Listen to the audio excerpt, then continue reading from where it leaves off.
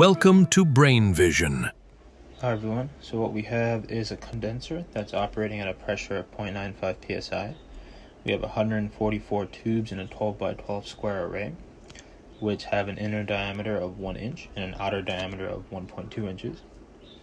It is desired that the steam be condensed at a rate of 6,800 pound mass per hour, and the delta T, which is the temperature difference in the water, to be at a maximum of 8 degrees. What we're asked to find is the total heat transfer and the average velocity of the cooling water through these tubes. So what we're going to do first is write down our assumptions. We're going to assume that this is operating at a steady state, so there's no changing in conditions with respect to time. We're going to assume that these tubes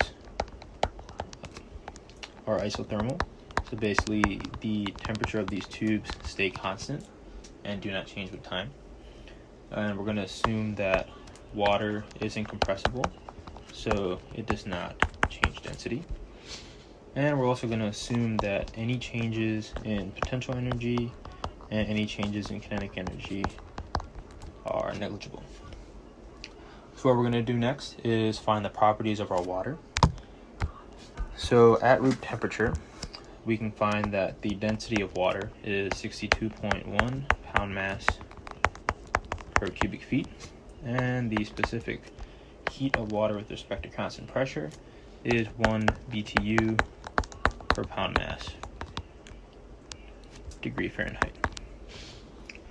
And then we can also find that the enthalpy of the water vaporization at a saturation pressure equal to our 0.95 psi is equal to HFG, which is going to be equal to 1,036.7 BTU per pound mass. And these quantities are all taken from our thermodynamic tables, which we can find at the back of our textbook.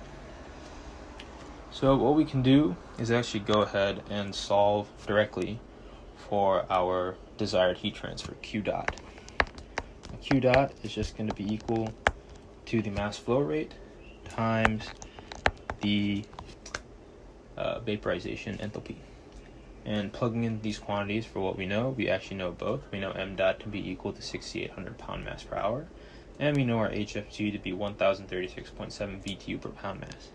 And this gives us a total heat transfer of 1,958 BTU per second.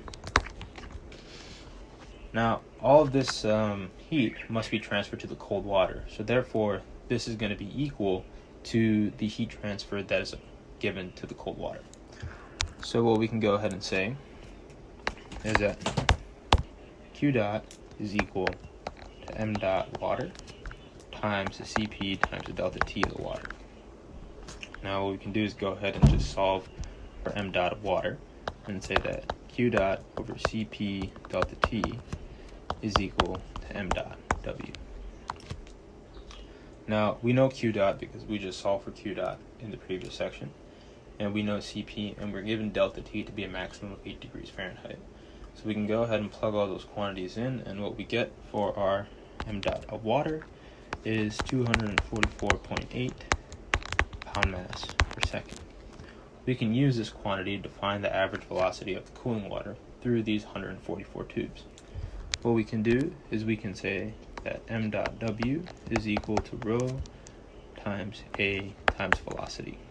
Isolating velocity gives us velocity equals m dot W all over rho A.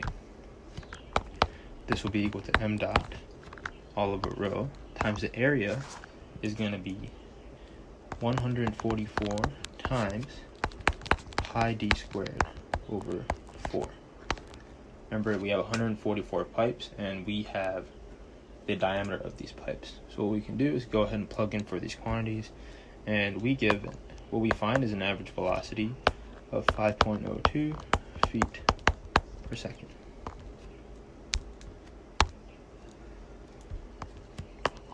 And that's our final answer.